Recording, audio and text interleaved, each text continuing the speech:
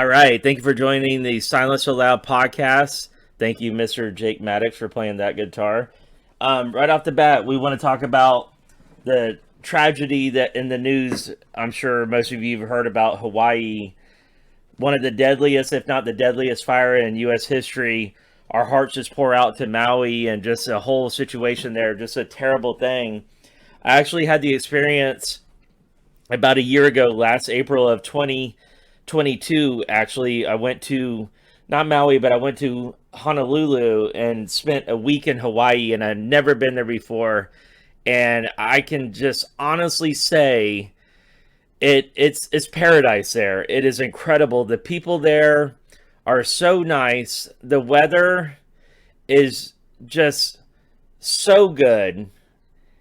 They don't they were not running the ACs in their houses. They just open the windows. You have a breeze. You don't have the humidity. If you're listening and you're here from Florida and we're brought to you out of Tampa, you know about the humidity and the heat, and just we did not have that in Hawaii, and we had a great time. I was eating seafood literally at breakfast, lunch, dinner, just and I'm one of those guys where I'm not really big on vacations. I like the staycations. That's my good vacations is a staycation, and Hawaii is one of those places where whenever I went there before I left, I knew I'm coming back. I'm coming back to Hawaii. It is that good. You always hear, "Oh, Hawaii's on my bucket list. Is it worth the trip? Is it going over the ocean for hours? Is it worth it?" It is absolutely worth it. I've been to Vegas. I've been to New York City and other, big bucket list type places. And Hawaii, like I said, is the one place where I knew before I even left, I'm coming back. And that is rare for me. I can't think of another place that I've went to and said, I've got to come back. I love going to Georgia. Been there several times. Another beautiful state that we have. I love the people of Georgia. But Hawaii, our hearts pour out to that whole situation. If you have a chance, just take a moment and think about what those people are going through and what they went through, and just look at the images and just understand that life is precious.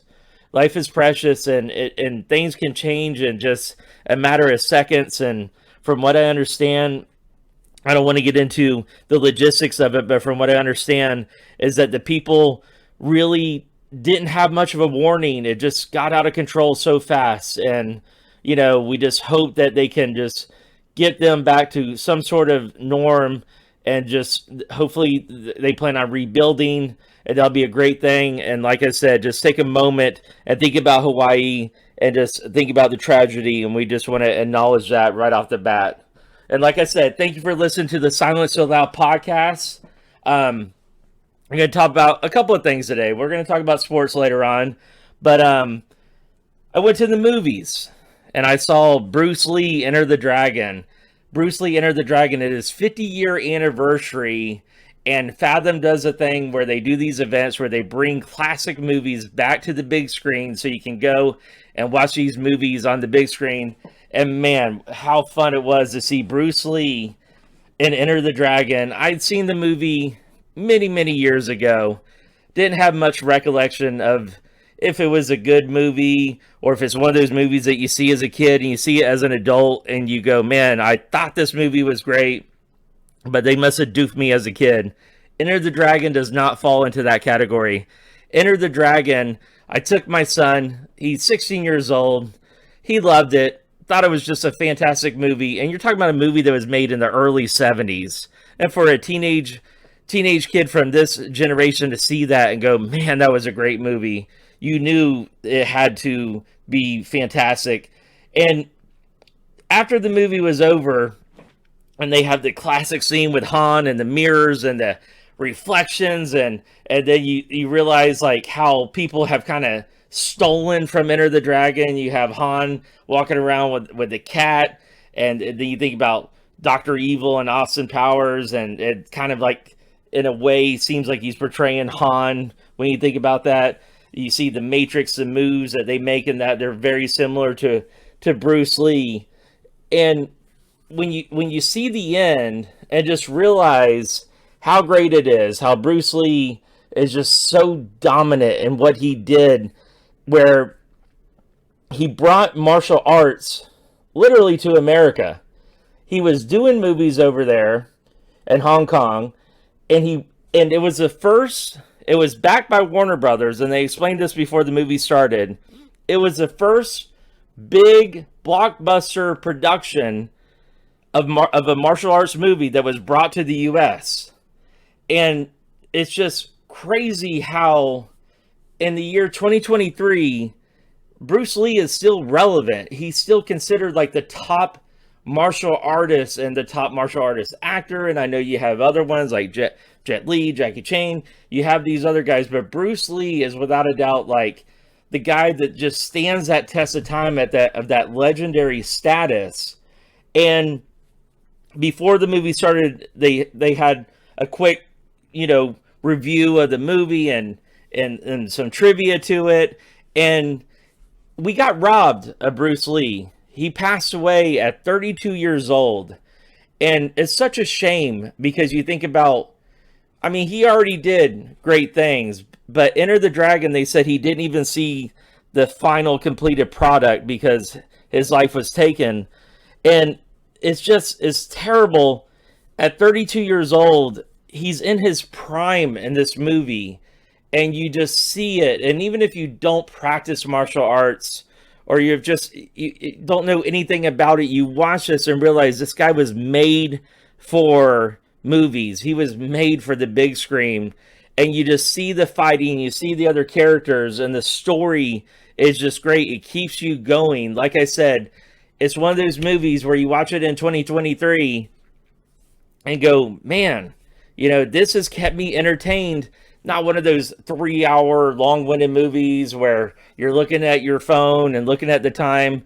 Just a great, right over hour and a half mark, 90-plus minute movie. And like I said, it was in theaters. Theater was somewhat crowded. A lot of middle-aged men like myself. But just had a great time watching that. And another thing, whenever I was in high school, I remember The Crow was a huge movie, and everybody talking about Brandon Lee, and we all knew that it was Bruce Lee's son, and we were robbed of him too. 28 years old whenever he passed. So we were robbed of Bruce, robbed of Brandon, and The Crow was another movie where I saw it several times in movie theaters. I think if this generation saw The Crow, they would love it.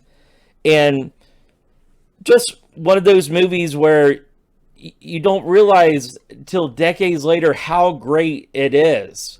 And I think Enter the Dragon and The Crow fall into that category. And it was just a great time going out to the theaters and checking that out. All right, at the Silence So Loud podcast, I want to mention my friends at Bunker Depot. That's Bunker Depot, located at 2004 South Parsons Avenue in Sefner. If you need rifles, handguns, shotguns, optics, ammo, eye, ear, and body protection, shirts, hats, Bunker Depot has all of this. They want to educate, train, equip. A prepared community is a safe community, and that's what they stand by. Like I said, check out Bunker Depot. Their number is 813-816-2685, or you can check out their website, bunkerdepot.com. And I talked to my buddy Jason Buck at Bunker Depot, and he's going to do something for you. If you like, share, love, show any interest in Bunker Depot or this Silence So Loud podcast, we're going to put you in a raffle for free ammo. That's right, free ammo, 9mm ammo. Put you in a raffle. We're going to do the drawing. Just acknowledge the show, acknowledge Bunker Depot. Like I said, like us, share us, show a little interest for us, and we're going to put you in that raffle. And make sure to check out my friends at Bunker Depot. All right, we are back to the Silence So Loud podcast. We're going to talk about some sports, talk about Tampa Bay sports. College football is starting. We have a big game coming up in college sports, but we'll talk about college sports later, but the big game I wanted to just mention to you is there's a team called Alabama coming to town. You may have heard of those guys. They're coming to play USF. I love USF. I went to USF. I graduated from USF. So that's going to be an interesting game. And like I said, Alabama's coming to town, and we will talk about college sports on another podcast. But let's talk about baseball real quick. The Rays. Oh, the Rays. They started out so strong, didn't they? Now they're 3 games out. 3 games out from Baltimore. 40 games left. The injuries have been brutal. And when you're 3 games out, 40 games left, you're not out of it. You're not out of it. They're definitely going to make the playoffs. Are they going to win the division? I don't know. I don't want to say they will not win the division, but I don't have the confidence anymore to say that they will win the division. Will they get the wild card? Absolutely. They're going to get the wild card. But they're 3 games out, 40 games left, and they not only have to get ahead of Baltimore, but you got to keep that lead over Baltimore, and time's running out. About a quarter of the season left, and I feel like it's getting crunch time. They've been doing well, but they got to do better. They got to catch Baltimore. 40 games, 3 games out. Hopefully they can do it. They started out so strong. We were looking at them like they were going to have one of the best records in baseball, and now we're looking at the wild card, but it is what it is. That's baseball for you. And also we got the Wander Franco news. Wander Franco, what can I say about that? Give it a Google, look him up, and we will talk about that later because I don't want to speculate. I don't want to say anything wrong. So just give him a Google, and we will move on from that. Let's talk about the Bucks. They had their game against the Steelers last Friday night. Baker came in there. Wasn't a rock star performance, but it wasn't a bad performance from Baker. Threw 8 of 9, 63 yards, had a TD to Trey Palmer. Baker looked good. I've talked about this before. I don't think we have quarterback controversy. I think that Baker's a starter. I'm the first one to tell you that I'm not this diehard Gator fan. I'm a USF fan. That's where I went. So I support the Bulls. And I think that Kyle Trask is a good quarterback.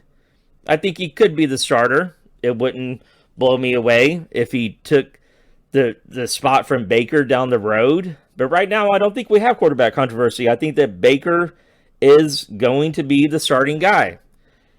Now, what did I see that were some issues? Well, Baker Mayfield has done many interviews where he said that he feels like this offense is made for him. And I'm starting to believe that because Baker moves around and he kind of gets away and he, makes these quick throws and you're not sure if they're luck or if they're just really good, great passes. Don't really know what to think, but it definitely seems like that the offense is more designed around the type of player that Baker Mayfield is versus Kyle Trask. And something to think about is Tom Brady. Tom Brady had one of the quickest releases in the NFL, if not the quickest. And think about this. He's in his mid-40s, and he has that quick release, right? We have that offensive line where you better have that quick release. We have issues on that right side of the line. I saw it Friday night. We have issues.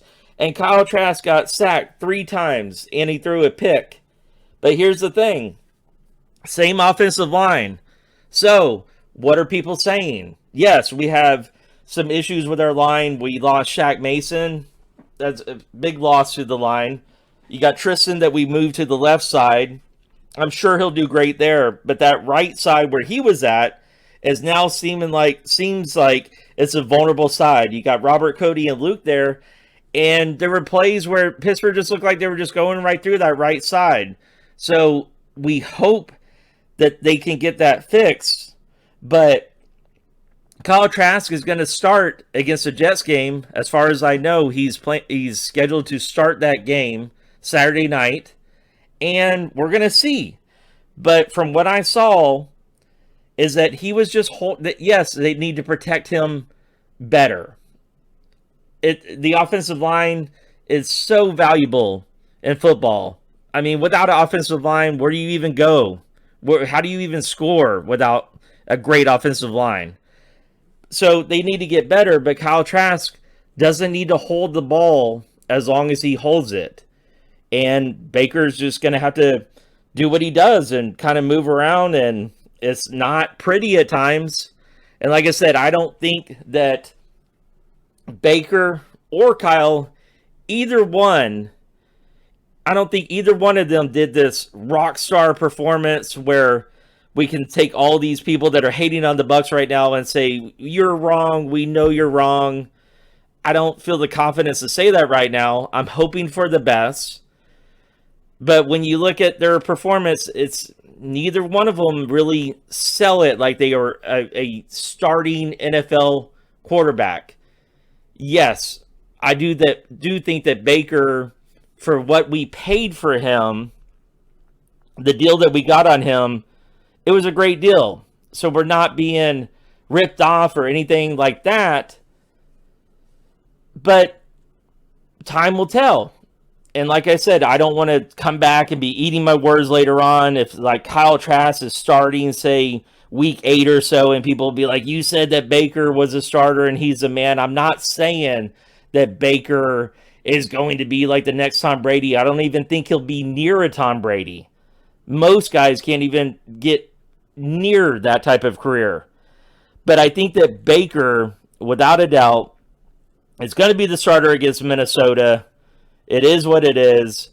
Gator fans will be upset the moment he does something wrong. They'll be calling for him to be benched and get Kyle Trask in that game. And I hope that Kyle Trask, plays Saturday night against the Jets and comes out, and then we're talking about how Kyle Trask should be the starter and not Baker. I hope he does something like that. I'm looking for one of these guys to just solidify that they are the starter, and then we can have that breath of fresh air where, because I am a big believer that if you have 2 quarterbacks that I know, then you don't really have one quarterback. If you have 2 quarterbacks that we know who they are, because people are saying the Bucs, when they mention the Bucs, they say Mayfield and Trask. But when you think about your great quarterbacks, John Elway, Dan Marino, Peyton Manning, I already mentioned Tom Brady. When you think about those guys, you have no idea who their backups were. You got to give it a Google search and say, oh, yeah, like I know their backup. Those guys went in and you didn't see the backup. And you didn't think about the backup.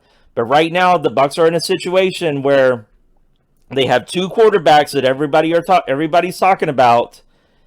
And it's looking like it's pretty obvious that they're going to lean towards Baker Mayfield when they start that game in Minnesota. Baker's going to be the guy, unless he gets injured from here to there. Baker's going to be the guy that gets that start. And like I said, feel free to leave comments, whatever you think. And I just want to thank y'all for listening, for the views on the Silence So Loud podcast. And looking forward to talking to you in the future.